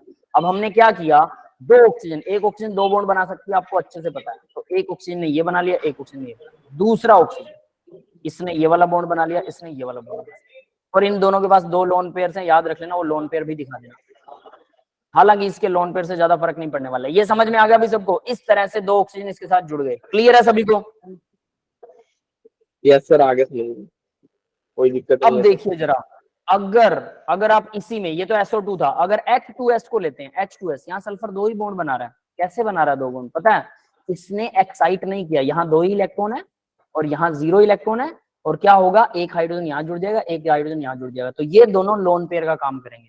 अब इस केस में, लेकिन ये तो H2S के केस में होता है ना, तो अब देखिए जरा दूसरे वाला, इस केस में आपके पास लोन पेयर कौन सा है, 3s2 जो है वो लोन पेयर की तरह काम करेगा। ये रह गया लोन पेयर, थर्ड शेल है ना, लास्ट शेल तो थर्ड शेल है, तो थर्ड शेल में जो इलेक्ट्रॉन बच गया जिसने बॉन्ड नहीं बनाया, ये लोन पेयर है, और 4 बॉन्ड बन रहे हैं, 1 2 3 4, तो 4 बॉन्ड पेयर है। क्लियर है भाई? समझ में आ गया सभी को? Yes sir. इसको ऐसे ही इसलिए बोल रहा था नोटबुक लेके बनाओ और ऐसे ही बनाइए। अब आगे देखें इसी को, इसका स्ट्रक्चर बनाते हैं अब जरा। सल्फर में ऑक्सीजन का एक लोन पेयर है सल्फर के पास, और डबल बॉन्ड O ऑक्सीजन है, दूसरी भी डबल बॉन्ड O ऑक्सीजन है, तो मैक्सिमम डिस्टेंस रखना है सबसे, एक दूसरे से मैक्सिमम डिस्टेंस कैसे रहेगा बताओ जरा? क्या ये स्ट्रेट लाइन ऐसे बना दूं इसे, S double bond O double bond O, और यहाँ पर लोन पेयर, तो क्या ये मैक्सिमम डिस्टेंस है? No sir. हाँ, तो मुझे और एक बात याद रखना, लोन पेयर बॉन्ड पेयर को ज्यादा रिपेल करता है और बॉन्ड पेयर को कम रिपेल करते हैं। मतलब इन तीनों के बीच में 120 एंगल मत बना देना, ये भी 120 ये भी 120, ऐसा नहीं हो सकता। ये 130 का हो सकता है, यहाँ भी 130 का हो सकता है एंगल। समझ में आई बात? क्योंकि Yes, लोन sir, पेयर ऐसा और क्यों? बॉन्ड पेयर एक दूसरे को ज्यादा रिपेल करते हैं और ये थोड़े और पास आ सकते हैं, तो इसका मतलब इनका बॉन्ड एंगल 120 से कम ही होगा। 100 डिग्री कर दो, सीधी सी बात। अगर मैं इसको कर दूं ये 130 ये 130 तो कितना होगा 260 और ये 100 डिग्री। ठीक है, तो ये 260 और 100 360 टोटल बन जाएगा। ये समझ में आया? इसका बॉन्ड एंगल ज्यादा होगा। यस, क्लियर है सभी को? Angle Yes, sir. 120 क्यों नहीं होगा? बेटा बॉन्ड पेयर और बॉन्ड पेयर सेम रिपेल करते हैं एक दूसरे को, लेकिन बॉन्ड पेयर और लोन पेयर ज्यादा रिपेल करते हैं। तो देखो ये जो है ना, ये कहता है कि मैं तो अंदर था भाई, ठीक है, और ये बाहर से बॉन्ड बन रहा है, तो ये बाहर वाले को ज्यादा रिपेल करता है बॉन्ड पेयर। और ये बॉन्ड पेयर क्या बोलते हैं एक दूसरे को, ये भी रिपेल करते हैं, इनमें भी इलेक्ट्रॉन है, लेकिन ये कहते हैं भाई तू भी बाहर से आके बॉन्ड बना रहा है, मैं भी बना रहा हूँ, हम दोनों पास रह जाते हैं, मेरे को ज्यादा धक्का मत मार, अंदर वाले मेरे को ज्यादा धक्का मार रहे हैं। ठीक है, तो अंदर वाले ज्यादा, यानी लोन पेयर ज्यादा धक्का मारेगा। अगर लोन पेयर ज्यादा धक्का लगा रहा है तो डेफिनेट सी बात है ये बेंड हो जाएगा। तो ये एक्चुअल में, अब ये देखिए ये बेंड हो जाएगा। ये समझ में आ गया? तो इसका बॉन्ड एंगल जो है वो उतना 120 तीनों का बराबर नहीं हो सकता, क्योंकि दो बॉन्ड है ना, और दो लोन पेयर है, तो भी 120 एंगल कैसे हो सकता है? ये समझ में आया बेटा? Yes sir. सर एक और डाउट है हाँ बोलो। सर। 3s2 का एक electron 3d x square minus Y square में क्यों नहीं किया? क्या 3s का? सर 3s2 का 1 electron 3d x square minus Y square में क्यों नहीं किया? एक्सक्यूज मी सर, इसमें क्या, इसमें क्यों नहीं यस गया? सर। देखो इसमें भी जाएगा, एक और स्ट्रक्चर आगे करवाऊंगा उसमें भी जाएगा। ये डिपेंड करेगा बेटा कि आपका स्ट्रक्चर की डिमांड क्या है। अगर वो चला गया, सोचो तो मेरे पास तो ऑक्सीजन दो ही है, दो ऑक्सीजन ने अपने पूरे बॉन्ड बना लिए, अब वो तीसरा क्यों जाएगा? वो बैठा है आराम से, उसको कोई अप्रोच ही नहीं कर रहा। अगर कोई उसको ओके अप्रोच सर। करेगा, एक और ऑक्सीजन आ जाए, SO3 का मॉलिक्यूल बना दे, एक और ऑक्सीजन आ गया, तो फिर ये इलेक्ट्रॉन आगे चला जाएगा और एक और ऑक्सीजन दो बॉन्ड के साथ बन जाएगा, SO3 में जैसा होता है। क्लियर है? सर मतलब एटम के रिक्वायरमेंट के हिसाब से हमें करना है। हाँ, कितने एटम जुड़े हैं उस हिसाब से, और साथ में डी ऑर्बिटल खाली पड़ा है कि नहीं पड़ा। जिसके पास डी ऑर्बिटल खाली पड़ा वो तो अपना लोन पेयर एक्सटेंड कर सकता है, जिसके पास खाली नहीं है तो वो बेचारा चुप हो जाएगा और वो कहेगा वहीं पड़ा रहे जहां पर है, लोन पेयर वहीं रहेगा जहां पर है, वो हिल नहीं सकता। क्यों? समझ गए? क्योंकि उसके पास आगे डी ऑर्बिटल ही नहीं है। जैसे नाइट्रोजन का केस ले लो या सल्फर से ऊपर ऑक्सीजन ले लो, अगर अगर ये ऑक्सीजन होता तो ये 2s और 2p होता, 3s और 3p जो दिखा रहेगा 2s और 2p होता। 2s और 2p में 2d तो होता ही नहीं है, नहीं होता ना, तो 2d में तो इलेक्ट्रॉन जा नहीं सकता, तो 2d। अब हम कहें सर 3s में चला जाए, तो याद रखना इलेक्ट्रॉन शेल पार नहीं करता, सेकंड शेल और थर्ड शेल के बीच में बहुत बड़ा एनर्जी गैप होता है, तो इलेक्ट्रॉन शेल पार नहीं करेगा। थर्ड शेल का इलेक्ट्रॉन थर्ड शेल में रह सकता है, चाहे वो 3d हो, चाहे 3p हो, चाहे 3s हो, वो तीनों थर्ड में रह सकता है, लेकिन थर्ड शेल वाला फोर्थ में नहीं जाएगा। ये मैं आपको बता चुका हूँ, अंदर ही अंदर उसको और ज्यादा एनर्जी चाहिए होगी 4s में जाने के लिए।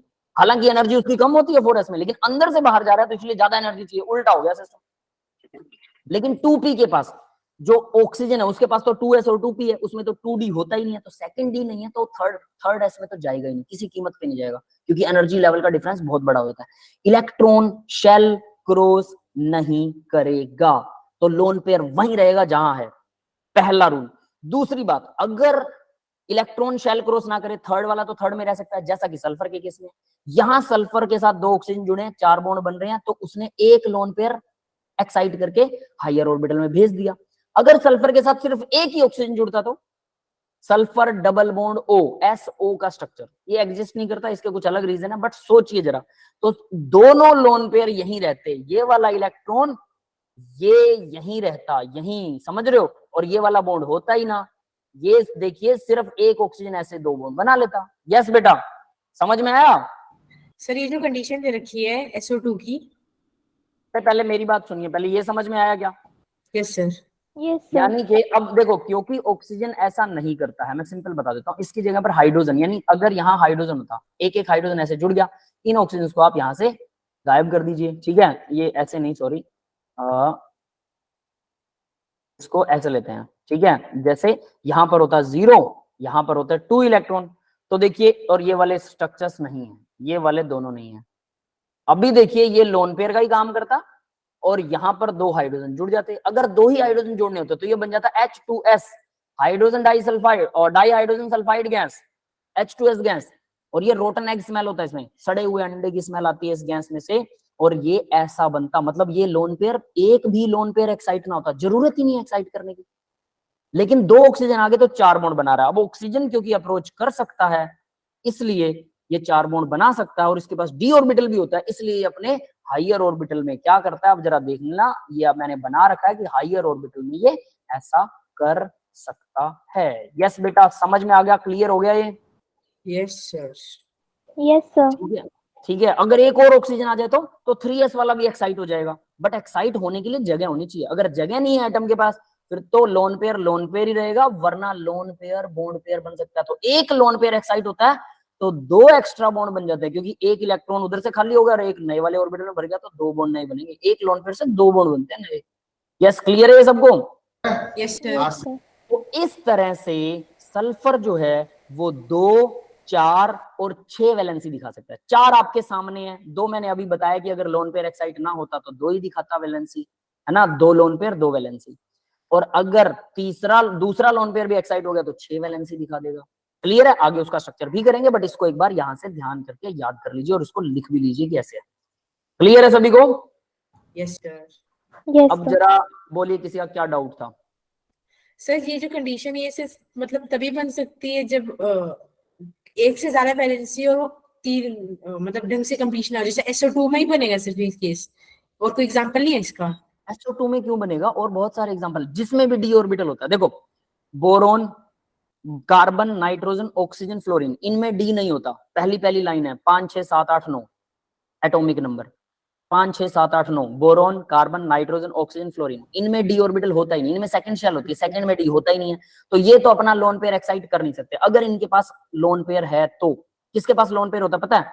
नाइट्रोजन के पास एक लोन पेयर है, पूरी नाइट्रोजन फैमिली के पास एक लोन पेयर है, ठीक है। उसके बाद में नाइट्रोजन के बाद आता है ऑक्सीजन, पूरी ऑक्सीजन फैमिली के पास ऑक्सीजन सल्फर, यहाँ सल्फर का केस चल रहा है, इसके पास में 2 लोन पेयर होते हैं, 3s में 2 और 3p में भी 2 होते हैं, वो हमने एक्साइट कर दिया। क्लियर है? तो उन पूरी ऑक्सीजन फैमिली के पास 2 लोन पेयर।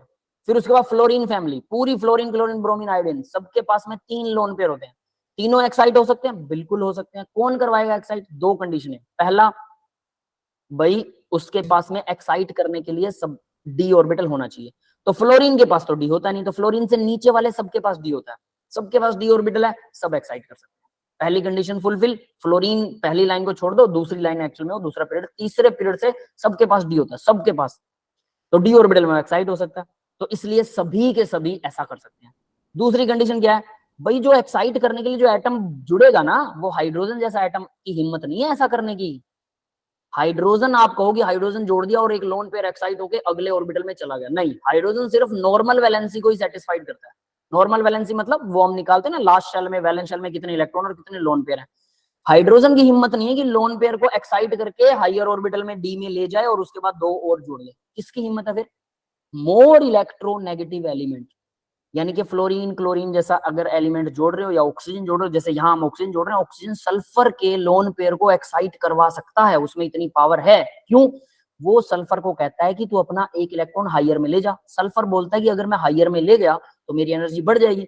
ऑक्सीजन बोलता है कि मैं तेरे साथ बॉन्डिंग करूंगा और जब मेरे साथ बॉन्डिंग होगी तो एनर्जी कम हो जाएगी, और जितनी तेरी एनर्जी बढ़ेगी मैं जब एनर्जी कम करूंगा उससे ज्यादा कम कर दूंगा, तो कुल मिला के तुझे फायदा होगा। समझ में आया? तो इसलिए हाई इलेक्ट्रोनेगेटिविटी वाले, यानी जो इलेक्ट्रॉन को खींच के रखते हैं, वो सल्फर को सेटिस्फाइड कर सकते हैं या किसी भी अदर एलिमेंट को सेटिस्फाइड कर सकते हैं कि भाई तू अपना इलेक्ट्रॉन हायर ऑर्बिटल में लेके जा, पैसा मैं दूंगा, चिंता मत कर। समझ में आ गया? Yes sir.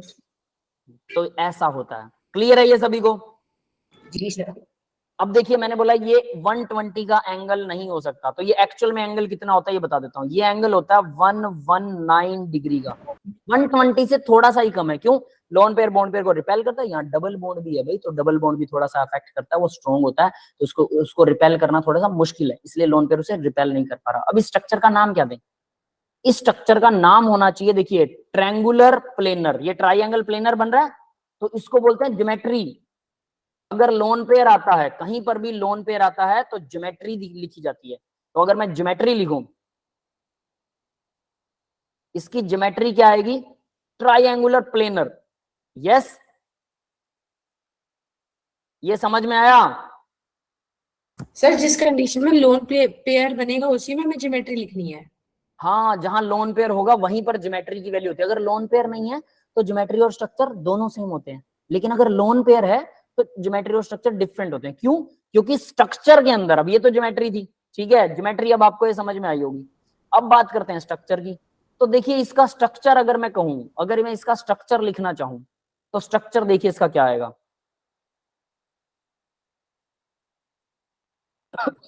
इसका स्ट्रक्चर आने वाला है, इसके स्ट्रक्चर का नाम क्या होगा पता है? V shape. Sir V shape, sir V कहाँ है? ये तो कुछ वी वी, ये देखो उल्टा वी नहीं बन रहा, ये लो उल्टा वी। लोन पेयर को भूल जाओ, ये है ही नहीं, सोचो ये है ही नहीं। अब बताओ वी शेप बन रहा है? हाँ आप इसको घुमा भी सकते हो, मॉलिक्यूल तो ऐसे भी हो सकता है, ऐसे भी हो सकता है, वो तो कैसे भी हो सकता है 3D में, है ना? Yes sir. है ना? बस फिर तो ये वी शेप बन रहा है, या फिर इसको बोलते हैं, और इसका नाम होता है बेंट। बेंट का मतलब होता है मुड़ा हुआ। यस ओके बेटा, सर। ठीक सर इसका है। मतलब ये हो गया ना कि अगर हमें वो उसको क्या कहते हैं अलग से इलेक्ट्रॉन्स दे रखे हैं तो हमें उनको नलीफाई कर देना, और जिन इलेक्ट्रॉन्स के साथ शेयरिंग हो रखी है या फिर वो मतलब बॉन्ड लाइन स्ट्रक्चर में रखे उन्हीं को काउंट करके बताने क्या होगा। बॉन्ड, हाँ, सिर्फ केमिकल बॉन्ड जो बना रहे हैं सिर्फ वही स्ट्रक्चर में काउंट होते हैं। ज्योमेट्री के अंदर लोन पेयर भी काउंट होते हैं। तो लोन पेयर काउंट होंगे तो ट्रायंगल शेप में बनाएगा। ट्रायंगल कैसे बन रहा है? तो ट्रायंगल देखो, जब इनके सारे लास्ट वाले एटम्स को ऐसे जोड़ देते हैं ना तो ट्रायंगल शेप बनेगी, इसलिए इसको बोलते हैं ये ट्रायंगुलर शेप बना रहा है। यस बेटा, क्लियर है सभी को? सर मतलब ये स्क्वायर, पेंटागन, हेक्सागन, सर्कुलर, ये सब जितने भी शेप्स हैं वो इन्हीं के बेस पर बनते हैं, और ये सारी इलेक्ट्रॉनिक कॉन्फ़िगरेशन का खेल है। जितने इलेक्ट्रॉन बनाएगा, जो लोन पेयर जितने बचेंगे, सबको एक साथ इकट्ठा दिखा दो और फिर देखो कि ये क्या बन रहा है। उसका नाम लिख दिया साइंटिस्टों ने, इसकी ज्योमेट्री वैसी होगी। जब लोन पेयर को उड़ा देते हैं, भी इसको नहीं गिनना यार, तो बाकी के जो बचा उस स्ट्रक्चर वो कैसा दिख रहा है उसको स्ट्रक्चर बोल देते हैं। लोन पेयर के साथ है उसको भी काउंट करना है तो उसको ज्योमेट्री बोलते हैं, स्ट्रक्चर नहीं बोलते। यस, क्लियर है सभी को? सर एक बार भी जो ये बेंड वाला है, मैं सर इसका एक और एग्जांपल ड्रॉ करके दिखा दोगे? O3। O3। ओके ठीक है। मैंने बताया था O3 सिंपल। लेकिन एक ही एग्जांपल कीजिए, एक एक पहले देखो, सभी का डेमो एक एक याद करना है, फिर जो भी आगे एग्जांपल आएगा आपको सिर्फ इलेक्ट्रॉनिक कॉन्फ़िगरेशन लिखनी है, अपने आप आपके सामने आ जाएगा। याद करने की जरूरत नहीं है, एग्जांपल सिर्फ एक याद करो। उसके बाद जैसे इलेक्ट्रॉनिक कॉन्फ़िगरेशन लिखोगे, कितने बॉन्ड बना रहा है भाई? 4 बॉन्ड बना रहा है, या 2 बॉन्ड बना रहा है, या 3 बॉन्ड बना रहा है, लिख लो। फिर देखो लोन पेयर और बॉन्ड पेयर टोटल क्या बना रहे हैं? टोटल 2 बन रहे हैं, 3 बन रहे हैं, 3 बन रहे हैं ट्रायंगुलर प्लेनर, 2 बन रहे हैं लीनियर आएगा, 4 बन रहे हैं तो टेट्राहेड्रल या स्क्वायर प्लेनर हो सकता है। वो कब होगा? अब तो क्या चौथे बोला वाले आपने भी? टेट्रा क्या? सॉरी, क्या? आपने भी बोला ना टेट्राहाइड्रेलियस। ये आगे करवा रहा हूँ बेटा, ये नेक्स्ट स्ट्रक्चर है टेट्राहेड्रल, ठीक है, ये नेक्स्ट स्ट्रक्चर है। सबका एक एक एग्जांपल याद करना पड़ेगा और सारे स्ट्रक्चर्स को याद करना पड़ेगा, फिर अपने आप इलेक्ट्रॉनिक कॉन्फ़िगरेशन बनते ही सारी दुनिया का कोई भी स्ट्रक्चर बना लेना, इलेक्ट्रॉनिक कॉन्फ़िगरेशन के बेस पे बना सकते हो। क्लियर है? एक बार रिपीट कर दीजिए स्ट्रक्चर ज्योमेट्री, मेरा नेटवर्क इशू हो गया था। देखिए स्ट्रक्चर क्या होता है, ज्योमेट्री क्या होती है, इसमें आपको लोन पेयर दिखाई दे रहा है ना, ये रहा लोन पेयर। जब लोन पेयर को काउंट करते हैं, when lone pair is counted, इसको काउंट करा जाता है, तो देखिए कैसा बन रहा है, ये ट्रायंगुलर शेप में बन रहा है, तो ट्रायंगल और प्लेन में है तो ट्रायंगुलर प्लेनर इसकी ज्योमेट्री होगी।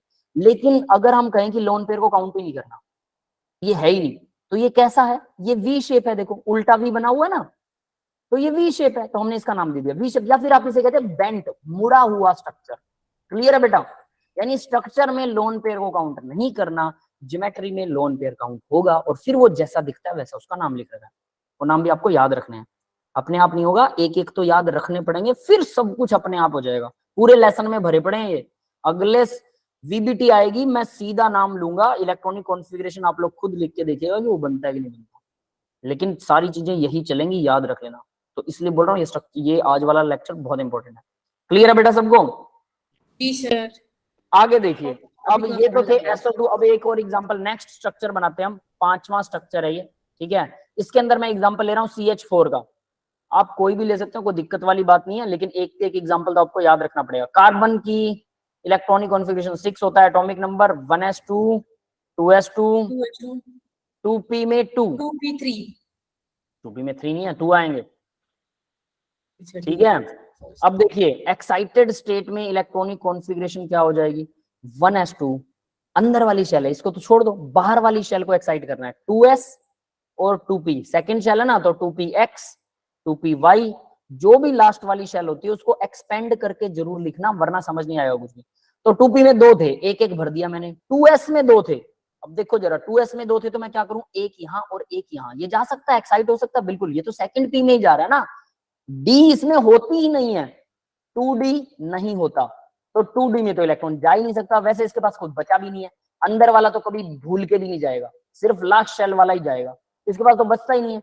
और अगर मान लो बच भी जाता, लेकिन ये 2d में नहीं जा सकता, 2d होता ही नहीं है, और 3s में गलती से भी नहीं जाएगा, क्योंकि सेकंड शेल का इलेक्ट्रॉन थर्ड शेल में नहीं जाने वाला। क्लियर है, ये समझ में आ गया? यस। तो ये 4 बॉन्ड बना सकता है, तो यहाँ पर 4 हाइड्रोजन आप इजीली जोड़ सकते हैं। क्लियर है सभी को? Yes sir. अब बताइए जरा, 4 हाइड्रोजन जोड़ तो दिए, तो मैं कैसे जोड़ूं? Maximum distance, minimum repulsion, maximum stability, 90 degree. सभी 90 डिग्री। क्या इससे और भी कुछ ज्यादा हो सकता है 90 डिग्री से? 3D में बना सकते हैं इसे, बिल्कुल बना सकते हैं। तो वो यहाँ 90 नजर आता है, इसको तो बोलते हैं स्क्वायर प्लेनर, लेकिन ये स्ट्रक्चर नहीं बनता। स्ट्रक्चर कौन सा बनता है वो मैं आपको बताता हूँ। ये देखिए, ध्यान से देखिएगा इसको, स्ट्रक्चर कैसे बनता है। मैं यहाँ पर एक चौरस डब्बा बना रहा हूँ, बिल्कुल चौरस डब्बा, यानी स्क्वायर बॉक्स। क्लियर है सभी को? क्यूब ना। ठीक है, तो स्क्वायर बॉक्स के अंदर जरा देखिए, क्या हमारे पास ऐसा कोई टूल है जो स्क्वायर बॉक्स को बना सकता है?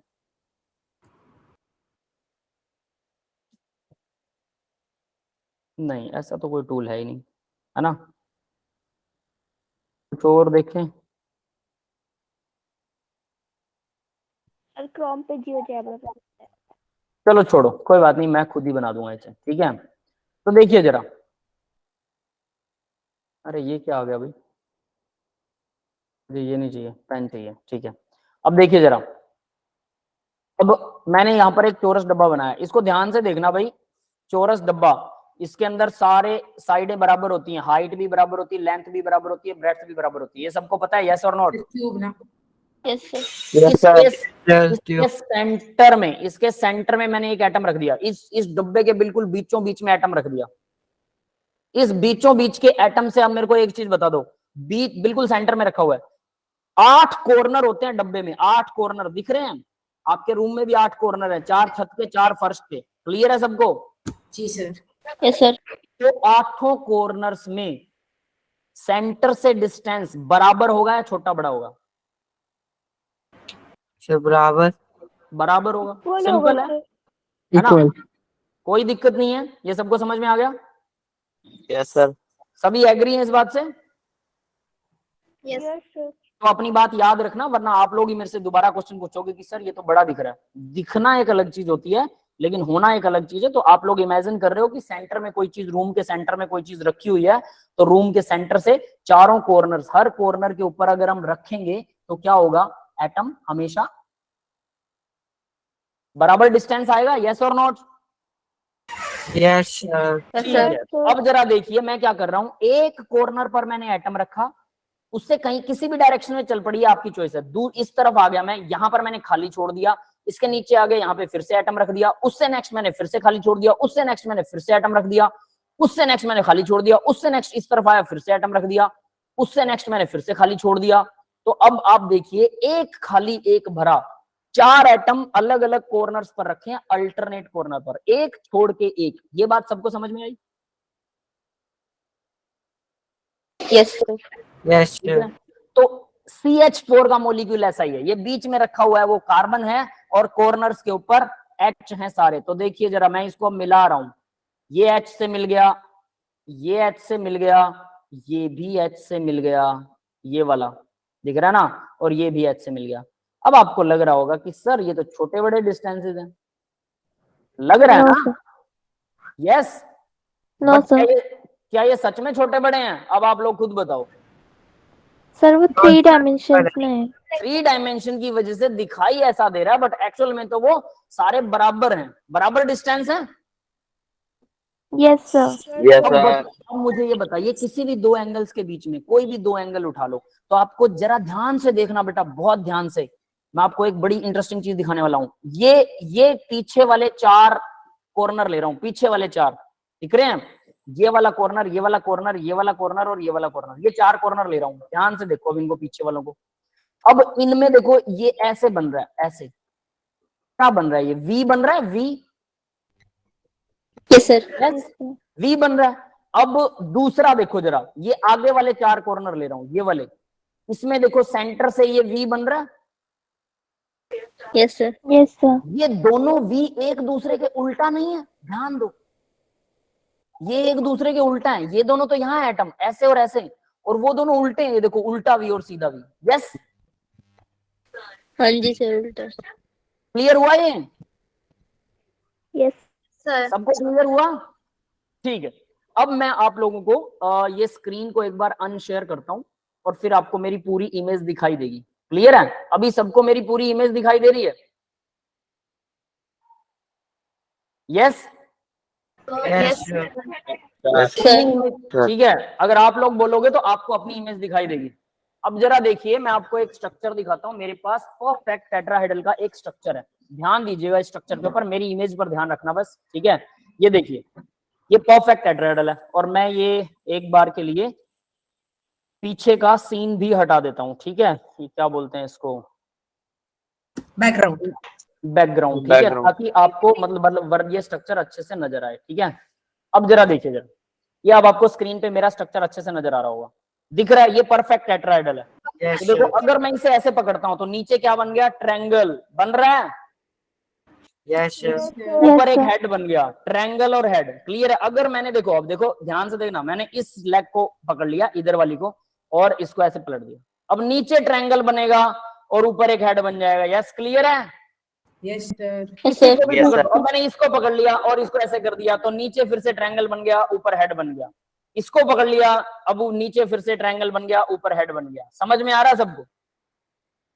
Yes sir. ये होता है परफेक्ट टेट्राहेड्रल। तो अभी हम वी की बात कर रहे थे, वी बन रहा है, उल्टा वी सीधा वी। ध्यान देना अब जरा ध्यान से, ये देखो, ये दोनों एटम आपकी तरफ हैं। यस, ये सेंटर एटम के साथ वी बना रहे हैं कि नहीं बना रहे? Yes sir. Yes sir. और देखो, पीछे जो 2 एटम है वो मेरी तरफ वी बना रहे हैं, ये रहे, ये मेरी तरफ वी बना रहे हैं। समझ में आ रहा है? और ये एटम आपकी तरफ वी बना रहे हैं।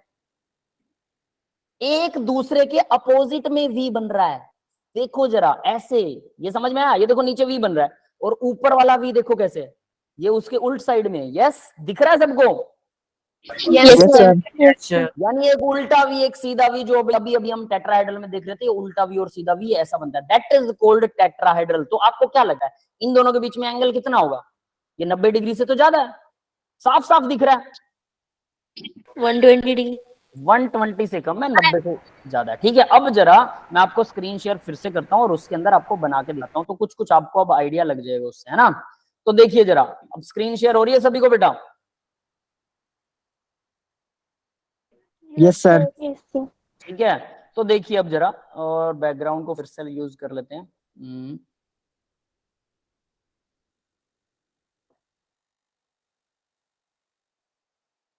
फिल्टर यूज नहीं हो रहा, पता नहीं, चलो जैसे भी है कोई बात नहीं, फिल्टर यूज होना हो। तो अब आप देखिए जरा ध्यान से इस स्ट्रक्चर के अंदर कि ये उल्टा वी और सीधा वी अब आपको साफ नजर आ रहा होगा। ये उल्टा वी और सीधा वी नजर आ रहा है, पीछे उल्टा वी बन रहा है, इधर सीधा वी बन रहा है आपकी तरफ। क्लियर है? Yes sir. Yes sir. यानी कि स्क्वायर बॉक्स में अगर आप सेंटर में एक एटम रखते हो और फिर सभी एक कॉर्नर को छोड़ के दूसरे कॉर्नर के ऊपर एटम रखते हो और उन सबको मिलाते हो तो टेट्राहेड्रल स्ट्रक्चर बनता है। इसको बोलते हैं टेट्राहेड्रल।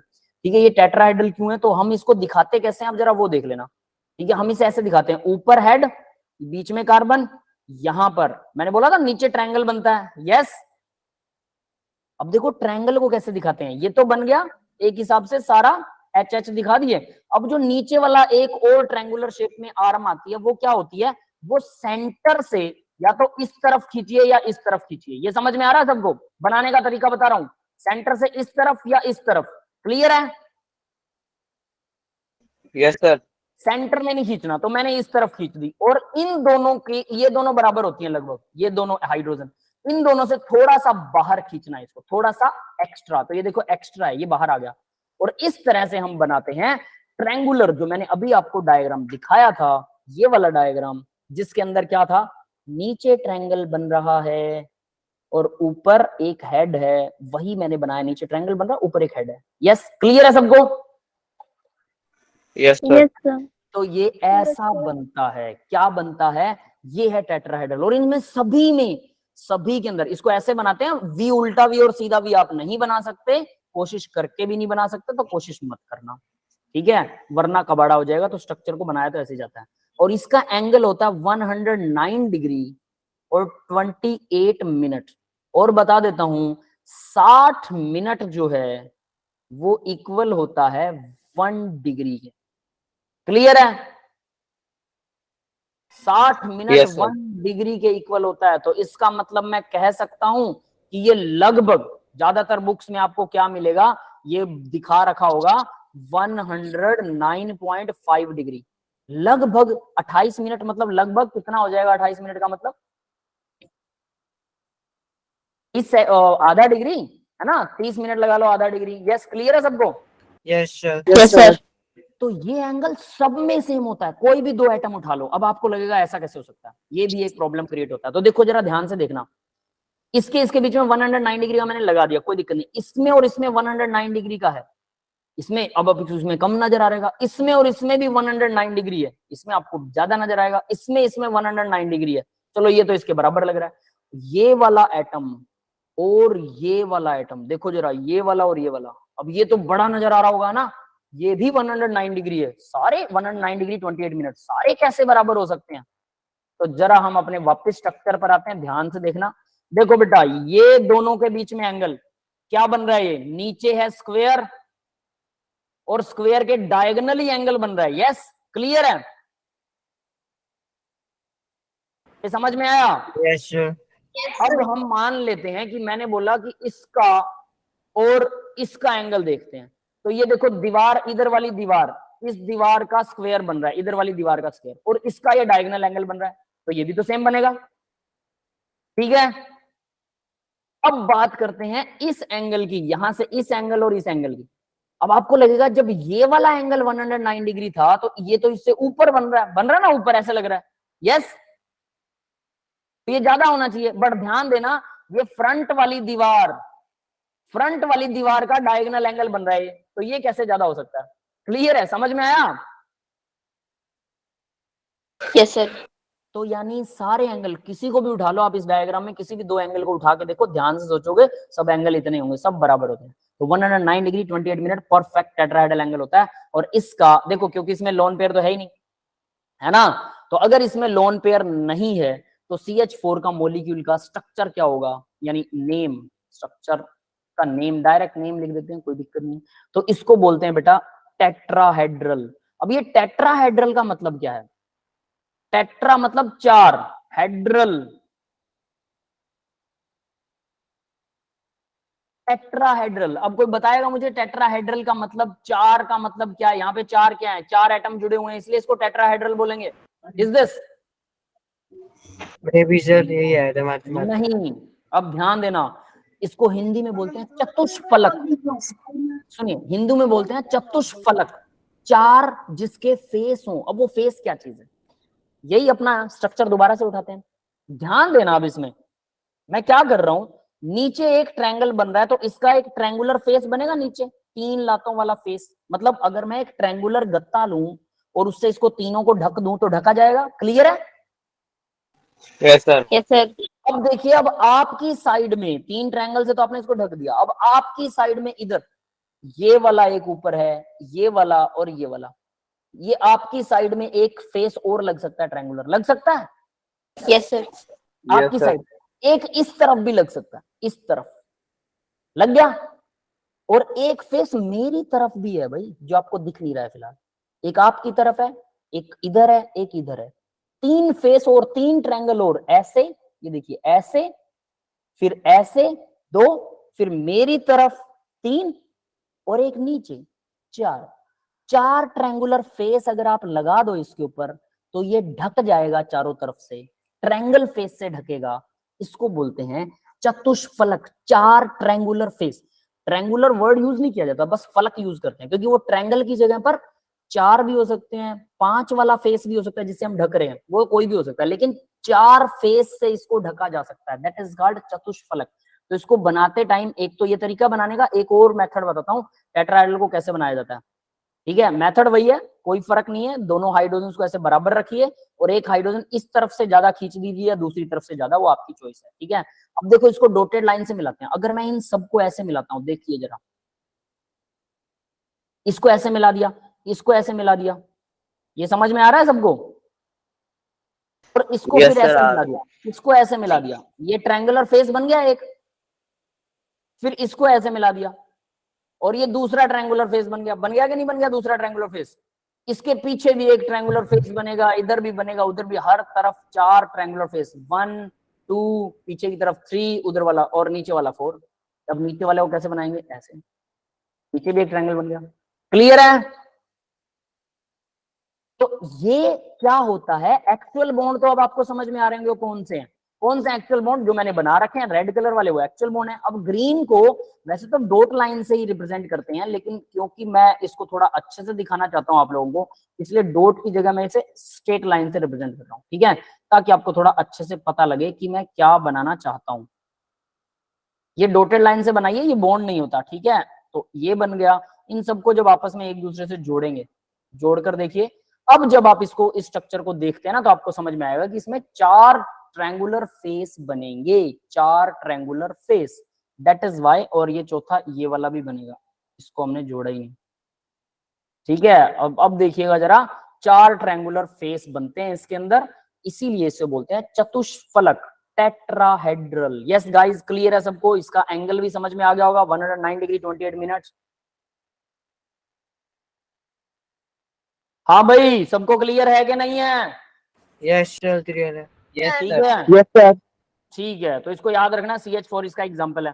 अब इसके अंदर ना, अब हम बात करते हैं इसी के अंदर 5वें नंबर पर हम वो लेते हैं, चीज वही रहेगी, वाटर का स्ट्रक्चर बना रहा हूं, H2O, इसमें ऑक्सीजन होगा, ऑक्सीजन सेंट्रल एटम है, क्योंकि जो कम नंबर में होता है वो सेंट्रल एटम होता है, तो ऑक्सीजन का एटॉमिक नंबर है 8, electronic configuration 1s2 2s2 2p में 4, एक्साइटेड स्टेट में इलेक्ट्रॉनिक कॉन्फ़िगरेशन कितनी आएगी 1s2, सेकंड शेल है जो लास्ट शेल है, तो सेकंड शेल को एक्सपेंड करेंगे, उसका 2 अभी मैं नहीं दिखाऊंगा, 2p में x, 2p में y, 2p में z, ठीक है। यहाँ पर टोटल 4 इलेक्ट्रॉन थे, याद रख लेना, तो 4 इलेक्ट्रॉन्स हैं, इसको थोड़ा साफ बनाते हैं, 4 इलेक्ट्रॉन्स हैं। तो अब देखिए जरा, 2 3 4, यहाँ 2s में 2 दिखा दिए। अब क्या ये 2d होता है इसमें? होता ही नहीं है 2d, अगर 2d है ही नहीं तो फिर एक्साइट हो ही नहीं सकता, अगर एक्साइट हो ही नहीं सकता तो क्या कहानी करें, what can we should do, बोलिए जरा।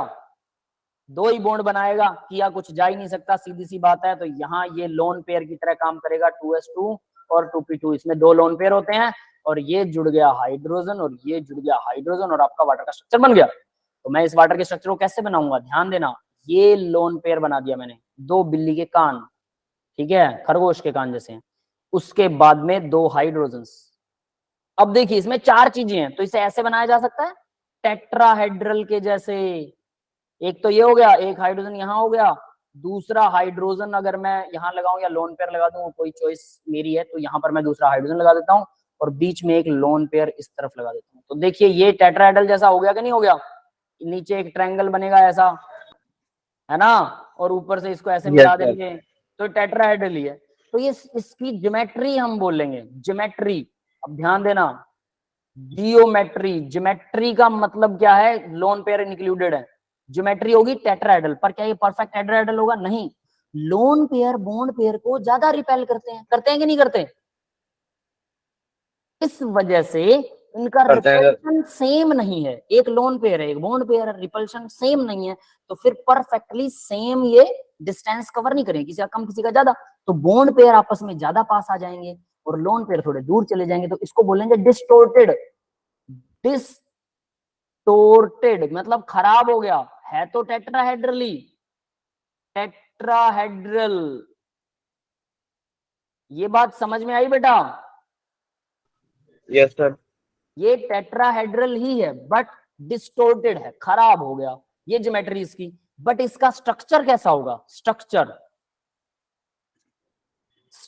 के अंदर अगर मैं स्ट्रक्चर लिखूं तो स्ट्रक्चर में इसको लिखूंगा कि ये लोन पेयर है ही नहीं। सोचो नहीं है तो ये क्या है? Bent V shape. यस,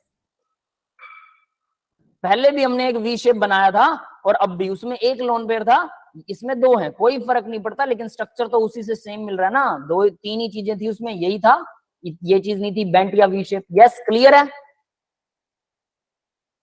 सबको समझ में आया? Yes sir.